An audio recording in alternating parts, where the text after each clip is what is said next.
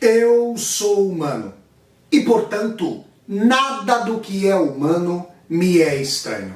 Assim falava o poeta e dramaturgo romano Terêncio, e assim falo eu, Flávio Ricardo Vassoler, escritor, professor, youtuber e nômade, fiel como os pássaros migratórios. E hoje, em mais um quadro do Vassoler Responde, eu trago para vocês justamente uma resposta a uma questão que me foi feita muitas vezes ao longo desse pouco mais de um ano que tem o meu canal do YouTube. Vassoler, como você aprendeu línguas estrangeiras? Então, agora nesse Vassoler Responde, eu quero trazer a vocês aí um pouco da minha experiência com as línguas estrangeiras. Eu quero dizer a vocês, antes de mais nada, gente, que o aprendizado das línguas estrangeiras na minha vida, ele foi um aprendizado vinculado ali, muito ventilado para mim, como sendo de muita importância, pelo meu pai João, que teve muita predileção pelo aprendizado de línguas. Eu me lembro, por exemplo, a gente está falando aí do início dos anos 90, talvez 92, 93, eu estava na quinta série, eu tinha 11 anos de idade, e eu me lembro de visitar a minha mãe, a minha mãe viveu pouco tempo com meu pai, eles foram casados durante pouco tempo, eles se separaram, minha mãe teve um segundo casamento, então eu tive dois pais, porque o meu segundo pai, o meu pai Tadeu, o meu pai Nhanho, me criou desde um aninho, é o segundo marido da minha mãe, então eu tive dois pais. Então quando eu falar do meu pai João, é o meu pai com quem eu nunca cheguei a viver, ou eu não tenho memória de viver com ele, porque minha mãe e meu pai se separaram quando eu era muito novinho, né? Então quando eu ia visitar o meu pai, ele tinha livros que estão comigo até hoje, né? Infelizmente todos eles, minha mãe, meus dois pais, minha avó, infelizmente meus ancestrais já faleceram, e os livros do meu pai ficaram comigo, né?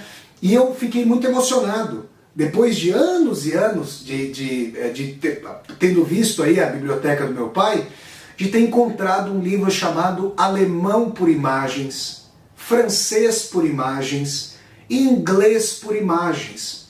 Era um livro, gente, em que havia uma série de figuras, justamente as imagens, e aí se falava, c'est un livre, das ist ein Buch, this is a book. Eu falei aqui em francês, em alemão e em inglês, as imagens que iam sendo colocadas, estruturando uma relação mnemônica, imagética, com as diferentes línguas. Claro que também trazendo ali a configuração da gramática, a estruturação da sintaxe das diferentes línguas. Mas eu digo isso porque o aprendizado das línguas estrangeiras, ele vem imantado na minha vida com essa relação de muito diálogo intelectual com o meu pai, que gostava muito de ler e que tinha muita propensão pelo estudo das línguas estrangeiras. Eu comecei a estudar inglês, essa foi a primeira língua estrangeira que eu fui estudar, aliás, não à toa, né? Só com os governos progressistas que houve no Brasil, a aproximação com a língua espanhola, que é a língua de nossos hermanos, de nossos países hermanos de Latinoamérica, de Sudamérica, só assim é que houve ali um aporte maior do espanhol. Historicamente, né, desde o pós-Segunda Guerra, o inglês é a língua de muita hegemonia e influência sobre nós do Brasil, né? Eu comecei a estudar o inglês. E uma coisa que contribuiu muito foi justamente essa percepção gramatical. Quero dizer a vocês que hoje em dia, nos vários cursos das mais variadas línguas que existem por aí, por vezes, justamente por essa noção imediatista, por essa dimensão de que estudar a língua não deve ser difícil, não deve ser não prazeroso, que tem que ser fluido. Gente, a gramática, a sintaxe, essas dimensões são a base de um edifício. Vocês já viram algum edifício ficar de pé sem uma base sólida? Não. Então, entender a gramática, entender a sintaxe é fundamental. Claro, e eu quero dar um exemplo para vocês aqui de quando eu morei na Rússia, né, de quando eu morei em Moscou durante o mestrado e fui fazer pesquisa bibliográfica e fui aprofundar os estudos de língua russa. Eu quero dar um exemplo que nem sempre a dimensão livresca, a dimensão do manual, os exercícios de gramática que nós podemos fazer vão perfazer esse caminho. Então vejam só, a gente fala em português tradicionalmente, essa é uma construção tradicional. Eu te amo muito. Não existe uma regra gramatical estrita que diga que eu não posso dizer, que nós não possamos dizer, eu muito te amo. Mas os usos e costumes da língua fazem com que a estrutura, a frase eu muito te amo, seja alienígena, seja uma frase ali que não tem comunicação, digamos, com as práticas do português do Brasil, e nem aqui de Portugal, devo dizer. Agora, em russo, a gente não fala, por exemplo, as pessoas não falam eu já ia falar eu muito te amo. A gente não fala em russo eu te amo muito. Я тебя люблю очень. Não, é um costume na Rússia, я очень тебя люблю. Ou seja, eu muito te amo. E essa descoberta da prática da vida, ouvindo as pessoas conversando, ouvindo recorrentemente, essa imersão me ajudou muito. Todas as línguas que eu estudei, à exceção do russo, foram línguas estudadas em escolas de língua, estudadas com manuais, com gramáticas, fazendo exercício, assistindo a filmes, ouvindo músicas, tentando trazer as frases das pessoas. Por exemplo, eu me lembro muito bem no curso de inglês haver aquele laboratório, né, para você ficar fazendo os exercícios, depois você ouvia as frases do seu exercício. Isso foi muito benéfico. Hoje, com a possibilidade de chats na internet, de conversas, de trocar mensagens, e-mails, de você poder conversar com as pessoas pelo Instagram, pelo Facebook, pelo Twitter, com pessoas de todo mundo. Aí tem o Zoom, aí tem o Skype, e aí nós temos várias possibilidades de comunicação. Essa dimensão de contato internacional entre as pessoas do mundo todo é formidável. De tal maneira que o convívio também, o convívio mediado agora pelo ambiente virtual é muito importante para nós aprendermos a língua viva. É claro que a gramática, a estrutura da sintaxe, tudo isso é muito importante, como eu disse. Mas entre a normatização e a realidade, entre a pedra e a água, entre, digamos, o código e a fluidez, sempre vai haver uma dimensão aí da língua viva com a língua codificada. Elas podem se aproximar, mas elas também podem ser dissonantes. De tal maneira que assistir a filmes com gírias, com linguagens coloquiais, tudo isso reforça muito o estudo da língua. E hoje, eu repito, as pessoas que estão estudando línguas estrangeiras podem ter uma dimensão muito produtiva, muito prolífica de contato com as pessoas de outros países. Quero dizer que, por exemplo, quando eu estava estudando alemão, e quando eu fui para Berlim, fui para a Alemanha pela primeira vez em dezembro de 2006. Passei um mês lá em Berlim. E eu vi as pessoas fazendo uma coisa lá chamada tandem. Então, por exemplo, alguém que tivesse interesse em aprender português se encontraria comigo para falar em português comigo.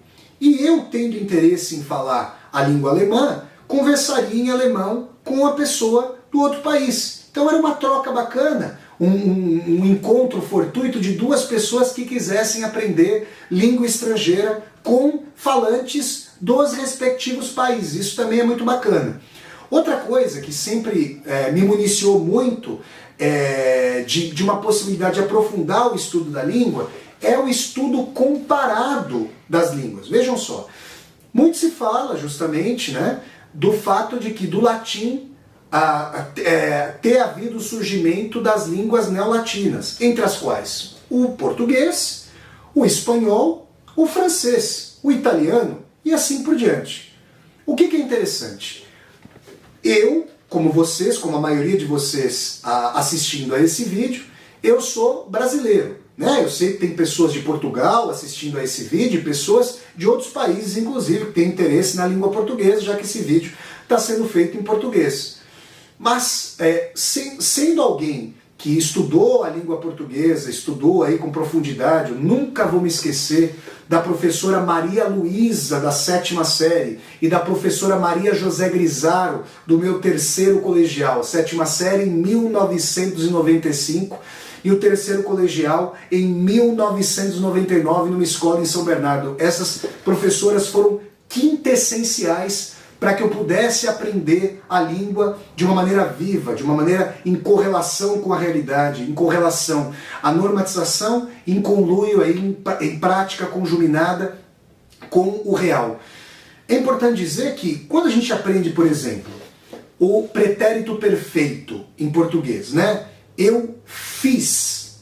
Nós temos em espanhol, por exemplo, el compuesto, yo he hecho. Aí você usa o auxiliar, o verbo haber, e o segundo verbo, né, o verbo principal, no particípio passado, hecho, que é o particípio passado feito do verbo hacer, que é o verbo fazer. Como vai acontecer no francês? J'ai fait. Então eu vou pegar o je, que é o pronome pessoal do caso reto, eu, je, aí eu vou pegar o verbo avoir, vou conjugar. J'ai, você vai juntar, je. Aí você vai utilizar o particípio passado do verbo faire, que é fait, F-A-I-T, j'ai fait. Em italiano, io ho fatto, o verbo auxiliar avere, mais uma vez o verbo haver, com o particípio passado do verbo fare, que é fatto. Vejam, em espanhol, em francês e em italiano há uma estrutura do passado parelha, porque quando nós conhecemos a história de disseminação das línguas, a gente percebe que, vamos dizer assim, os proto-linguistas, aqueles que codificaram as línguas, aqueles que foram os normatizadores gramaticais, sintáticos das línguas, eles fizeram formações parelhas a partir de uma origem latina, indo-europeia das línguas. Né? E nós somos falantes da língua portuguesa, dada a colonização pela qual o Brasil passou pelas forças marítimas, depois alocadas no Brasil, de Portugal. Mas o Brasil tem uma pletora maravilhosa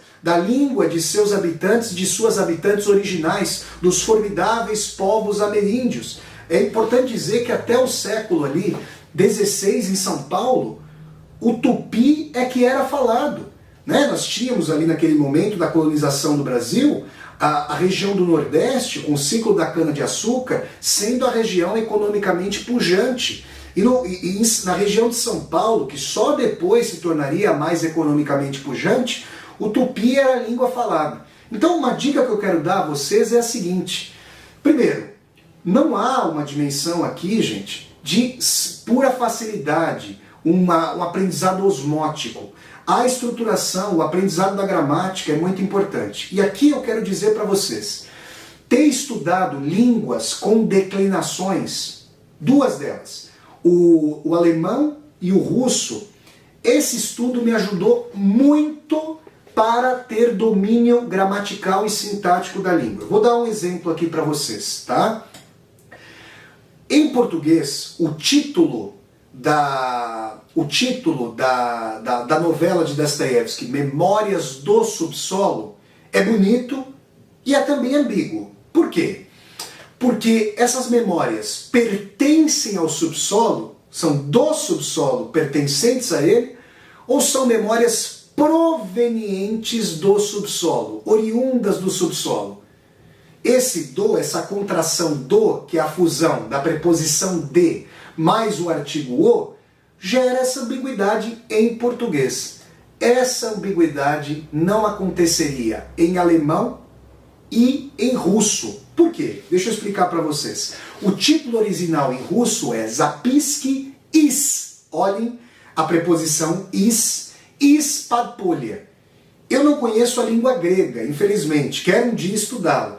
Mas, por exemplo, eu sei que os evangelhos foram escritos em grego, os evangelhos Marcos, Mateus, Lucas e João, e eu sei que Judas, né, o famoso Judas, tinha como sobrenome olhem a preposição aparecendo mais uma vez, Iscariotes. Vocês já não ouviram falar do Heráclito de Éfeso?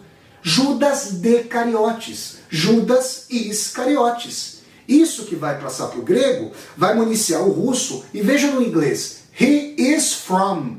Até municiou uma das formas do verbo to be em inglês. Por que eu estou dizendo isso? Porque no russo você usa uma preposição is, que é específica para adjuntos adverbiais de lugar. Ou, se você não se lembra disso da escola, da proveniência do lugar de uma coisa. Então em russo não há essa ambiguidade. Em alemão, eu poderia usar a preposição von para pertencimento e aus, oriundo de, para logradouro de proveniência. E essa ambiguidade seria dirimida. A declinação vejam, vou tentar dar uma definição. É um tema complexo, talvez um dia eu faça um Vassoler Responde só para falar a respeito de declinações com vocês. Mas a declinação vejam só, a mudança da forma de uma palavra na frase, uma mudança morfológica, portanto, porque a determinada palavra passou a ocupar uma nova função sintática, um novo papel sintático na frase. Tá abstrato? Vou te dar um exemplo. Eu posso falar a frase eu amo ela. Olha, gramaticalmente, sintaticamente, essa construção ela acontece na vida real, eu amo ela, mas gramatical e sintaticamente ela está incorreta. Por quê? Porque ela é um pronome pessoal do caso reto, para ser sujeito, olhem só, para ocupar a função de sujeito. Querem saber quem é o sujeito? Perguntem para o verbo quem faz a ação. Nesse caso, quem ama? Eu. Quem recebe a ação de amar? A bonita ação de amar? Ela. A gente precisa saber se é um objeto direto ou indireto, ou seja, se o verbo tem regência direta, sem o auxílio de uma preposição, ou se o verbo requer a preposição.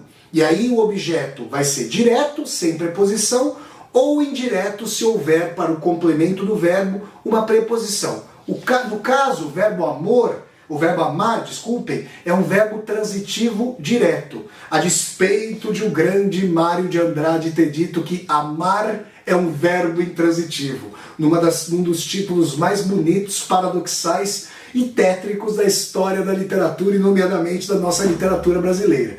Então vejam, como eu amo ela faz com que o ela, nesse caso, seja o complemento, o objeto direto do verbo amar, o português muda a forma do ela para eu a amo. E aí essa mudança no português não é chamada de declinação, mas existe um resquício. Porque como o ela passou de potencial sujeito de uma frase para objeto direto de uma frase, nesse caso, você tem uma mudança morfológica. Em russo e em alemão, a gente vai sentir isso. Ich liebe sie. Eu a amo. E nesse caso, em alemão, o sie, tanto como sujeito ela, como objeto direto, vai ter a mesma forma, mas a função sintática mudou. Agora vejam em russo. Ana em russo é ela. Agora, se eu falar Я люблю она, eu cometi um erro. Я люблю ее. Eu a amo. E aí a gente muda de она para ее. Do sujeito, da forma de sujeito, de que faz ação, para quem recebe a ação, existe essa mudança e isso se chama declinação. Envolve a mudança de sujeito para objeto direto, de sujeito para objeto indireto, no caso do russo, para os adjuntos adverbiais, para a dimensão de posse. No alemão nós temos 4 declinações. No russo nós temos 6 declinações, salvo engano, como latim. Eu cheguei a começar a estudar latim, mas por circunstâncias da vida não foi possível continuar naquele momento. Espero um dia dar continuidade aos estudos. Então, nesse sentido, vocês começam a perceber que o estudo das línguas pode ser um estudo de uma cartografia do nosso imaginário linguístico, das nossas grandes mediações para compreender o real, Porque tudo que nós fazemos é mediado pelo nosso esforço de significação linguística do real. Não há um contato entre mim e, digamos, vocês, sem justamente a mediação da palavra. É claro que vocês estão me vendo e existem linguagens não verbais, paraverbais, supraverbais. Mas a verdade é que essa mediação linguística é justamente a ponte que se estabelece, a ponte da amizade que se estabelece, a ponte da fraternidade, a ponte da partilha do pão, do conhecimento, que se estabelece entre nós. Ter a possibilidade de fazer esses estudos comparados, ter a possibilidade de entender que o estudo da gramática, da sintaxe, nos dá a ferramenta para nós manejarmos a língua como uma chave de fenda, realmente. Por isso é tão importante que nós estudemos com paciência, com parcimônia, que nós sejamos expostas e expostos à língua. Ouvir música, tantas pessoas hoje estão ali com fone de ouvido, ouvindo uma música, que vocês possam ouvir uma música, que vocês possam assistir a um programa, ouvir uma entrevista, ouvir colocações, que vocês possam assistir a filmes com legendas nas línguas estrangeiras, para vocês começarem a acostumar o ouvido às diferentes formas. Por exemplo, no português do Brasil, nós realmente falamos você está bem? Não, você está bem? Dependendo da região, você pode até falar você está bem. Né? Lá no terceira margem do rio, do grande João Guimarães Rosa. Você não vá, você fique. Se não volte, que é como a esposa do marido que vai para a terceira margem do rio ali, se remete a ele. Você, se. Essas dimensões fundamentais fazem parte aí do nosso imaginário, da nossa forma de expressão. Então, gente, hoje as pessoas têm vários cursos online, professores e professoras que estão dando aulas de língua. Eu fui professor de línguas estrangeiras durante muitos anos, antes de começar a lecionar em universidades, lecionar os cursos aí. Trabalhei durante muitos anos como professor de línguas estrangeiras e era sempre preocupado em dizer às minhas alunas e aos meus alunos que o estudo da gramática, que o estudo da sintaxe, que o estudo vocabular, hoje nós temos aí na palma da mão, vejam só, na palma da mão, um dicionário que traz ali a pronúncia, que traz a possibilidade de nós cotejarmos a pronúncia, tirarmos alguma dúvida gramatical, sintática, entendermos como o pensamento, a cosmovisão, o imaginário de outra língua funciona. Línguas que são mais verbais, como as neolatinas, línguas que usam mais o substantivo no seu encadeamento com o adjetivo, como as línguas anglo-saxãs, como por exemplo o alemão e o inglês, que são línguas anglo-saxãs que eu conheço. Isso expande o nosso imaginário.